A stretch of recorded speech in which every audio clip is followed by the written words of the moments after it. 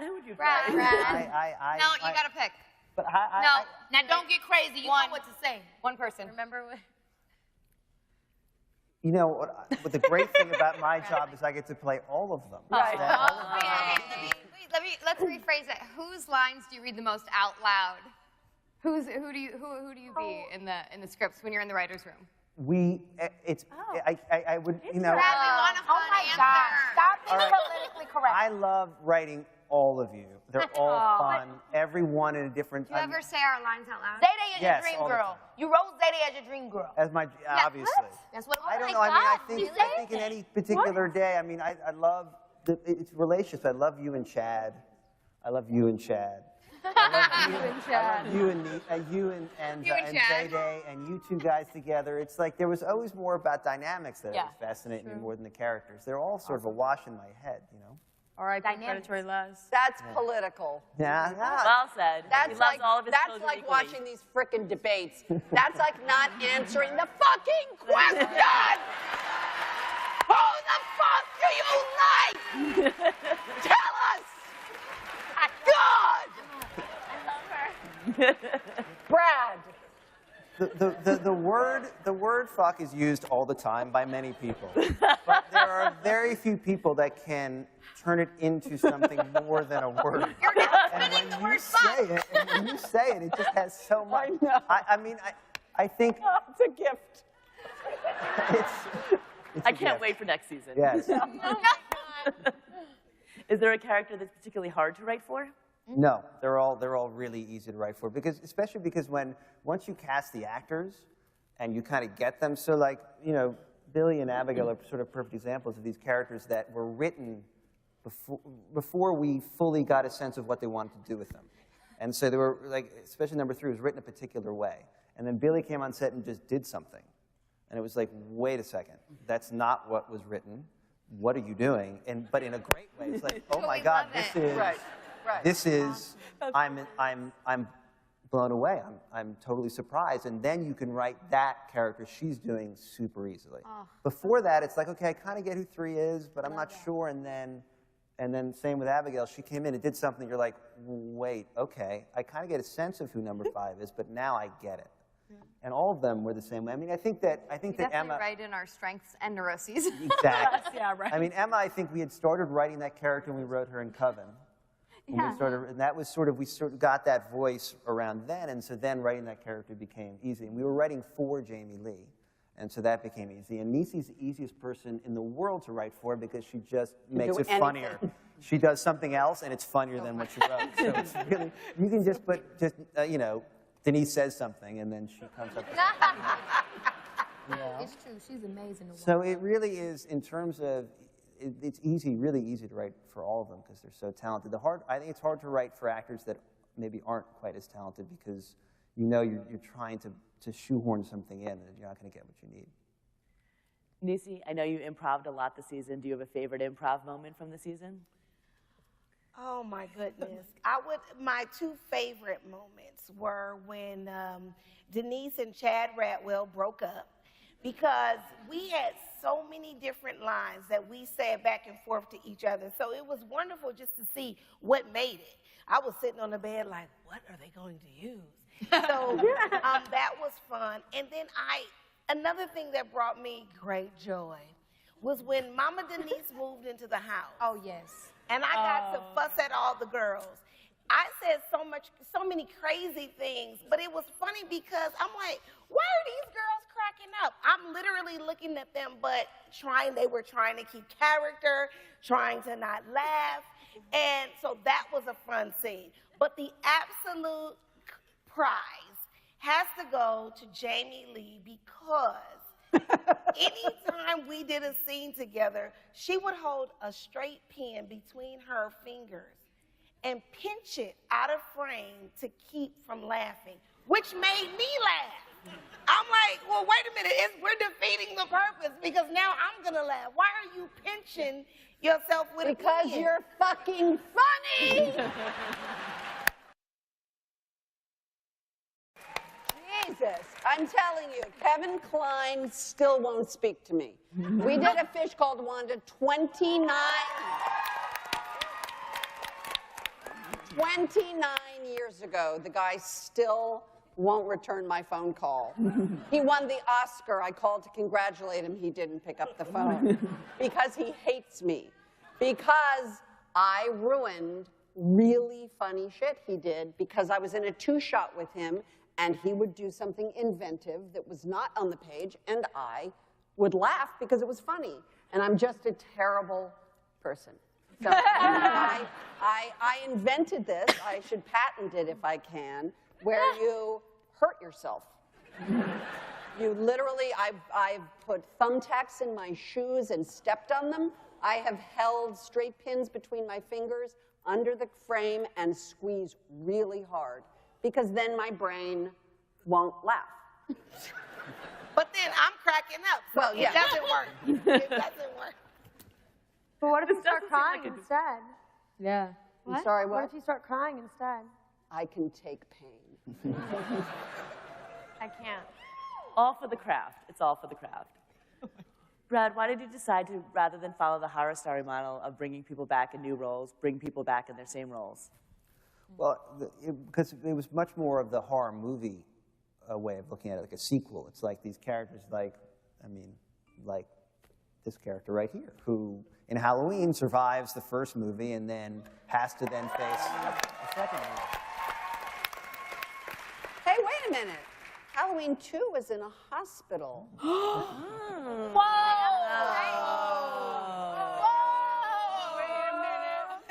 I like that matchup you just gave. Tweet.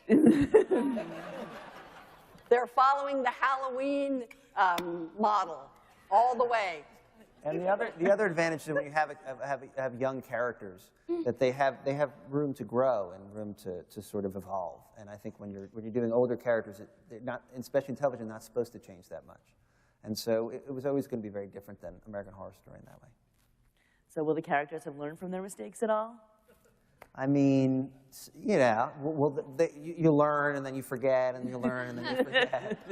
I mean, I think you can't take the bitingness and the cruelty out of those characters so fast because I think it so much identifies, you know, them. Scary. All right, do you guys have a favorite horror movie? Nightmare on Elm Street for me. Rosemary's Baby, old school. Okay. Yes. The Shining. I love The Shining. Classic. I love The Shining and Halloween, of course. Hello, come on. Scary Movie 2. Somehow I know what your answer is going to be. What do you think my answer is going to be? No, her answer is going to be. What's my answer going to be? Psycho? Yeah. I don't like horror movies at all. Scary Movie On 2. any level. There is nothing pleasant to me about being frightened. Nothing. But was it scary when you were in Halloween? Were you scared when Michael Myers No. came? Even that? No, it's not scary. He was Nick Castle. It was John Carpenter's best friend, Yeah. father of three. Curly, seriously. Of course. Musician, director, fine director. Anyway, Brad, what about yours? Well, Leah, I Did didn't hear Leah's. Leah, did you answer? Oh, I'm Texas Chainsaw. ooh, look at her. She's on Slasher. Texas You're gonna say you don't have one, and then you go out with a Texas Chainsaw. You know I love scary movies. I try to get you to watch them with me can't. all the time. I saw The Conjuring, and I haven't slept since. I'm terrified. That's really good. Yeah. too. Oh God. But were you guys ever scared on the set? Was there ever anything when we were shooting where you guys got scared? Only when you say we have a night shoot, then I get really scared. Only when we see the sun come up, and then we're terrified. Or on Saturday. There were some things that were scary, What scared for you? sure. I mean, I was that night we were at the mall. That was Yeah. That was and, scary. and the, You were the scared house- very- being in the hole, You were scared yeah. very. I was scared. When you were in the hole with the 'cause of the spiders? spiders. That was dark. Well, the spiders were after me that night. Yeah, they guys, were. All right? They That were was coming no for you. joke. But no, the haunted house, episode 4, I think it was. Oh. That was an abandoned house. It had been abandoned for about 10 years. And I mean, obviously they dressed up the house, but most of it was really in its, original form of just being scary. You're scaring me right now. And abandoned. And so that was intense. Well, shooting in New Orleans was kind of scary because there is this energy Yeah. in New Orleans of so Voodoo much culture. history and Ghosts. hauntings and ghosts. So there, I definitely We checked were always under my lighting bed sage and looked behind the everywhere. door We when were I went to lighting bed. candles. Sage. Yeah. I definitely had sleepovers with some people sitting here because I was too scared to sleep alone. I think the Ouija board really freaked me out. Yeah, you did not like that one. Oh yeah. I didn't like that. That felt really unsafe. I don't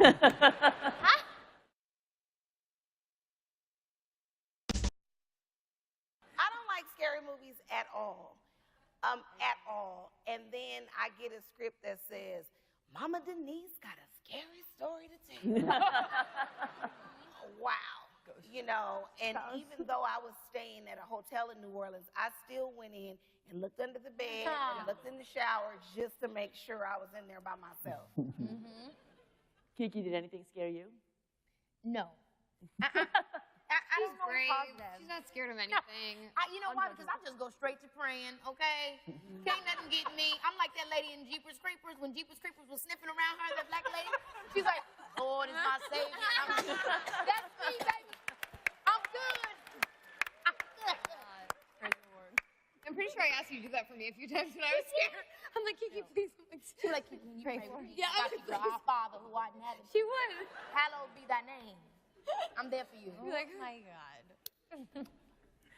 Brad, I know you like to do references to horror movies. Is that going to be another thing that we're going to see in season 2? I think definitely, because I think that's part of the fun of it. I think people look for those. So, I mean, yeah, And more pop culture references too? always. Yeah. Please. Yeah. Will you call me mom? This is also, Ian comes up with amazing pop culture. It's really, when I say He won't even answer that question. You won't like, call me if it's- mom. If it's a pop culture reference from like 17 years ago, I wrote it. If it's one from today, it's Ryan or Ian come up with that stuff. They're just amazing, this stuff that's going on. It's, Will you call her dad? oh, That'd yeah, be good. yeah. Yeah, we can settle for that. That works. Is that a thing these days? That's a thing, yeah. Yeah, Dad? they call people Absolutely. I know mom. I don't know about You're my dad. dad. Well, they're making Dad. they're Why trying to can't you? We're not making it up. No, this Do is you know real. call people mom and dad? I guess Okay, they, whatever. All right, fine. Okay. Fine. Oh, it's not your us. Yeah. All their moments. They did. They said I yeah. heard some peeps. Feeling very anxious. Is there something you didn't get to do with your character in season 1 that you want to do in season 2? I feel like I did. I feel like, yeah. I feel like I did it all. I was good. I was bad. I killed. I fell downstairs. I got a shoe in the eye. Pretty sure that I'm good. Ready for next year. Nisi, what about you? Well. You know what? I'm down for whatever the fans would want from Mama Denise because I think she can handle pretty much anything. She can handle anything. I feel the same. I'm excited just to see what's gonna come. You know what I mean? I don't have any type of preference. The same way in the first season, I just let them do their thing. They're so good at it, and then I see what's there and I see what I can add on to it. But I'm excited just to see what's to come and how I can create something out of it. And Abigail? I just want love. Yeah. Aww. I'll give you that. No, I want number 5 to have love. I mean, love from anybody in any form. He wants a boyfriend. Give number 5 a boyfriend, please. Harry Styles. Harry Styles. Now that's one thing I have to say. If Harry Styles is gonna be on the show, he has to be with Zayday. No, he used to be with me. Emma. Everybody calm down. I really love SVU, so I really want Ice-T. Yes. Yes. Be my friend. I want Paul Rudd because he's the everyman. Ooh, I love Paul Rudd. I live for Paul Rudd. I love you, man. I Forever. love him. I know, I That's know. a great choice. He's like a great dad, great husband, great brother. He's everything. Ooh, So, I love a good dad bod. I love a good right? dad bod. Right? I'm all about a dad bod. Y'all know that. Yeah. Really important. What's gonna happen, guys? Where do we go from here? Right? Jason Derulo. She's trying to get Jason Derulo. All right. I'm out of here. Your husband is right over there. I said Mama Denise, not Niecy Nash. Okay. Hold on, wait a minute. The lines are blurring. Can the guy from Nickelback actually come on the show? Yeah, we'd love the guy from Nickelback. That would be good. I lost my virginity to a Nickelback song. Inside joke. Tweet episode. Go forth and tweet. All right, on that note, I'm turning it over to you guys. Oh my God. So please wait for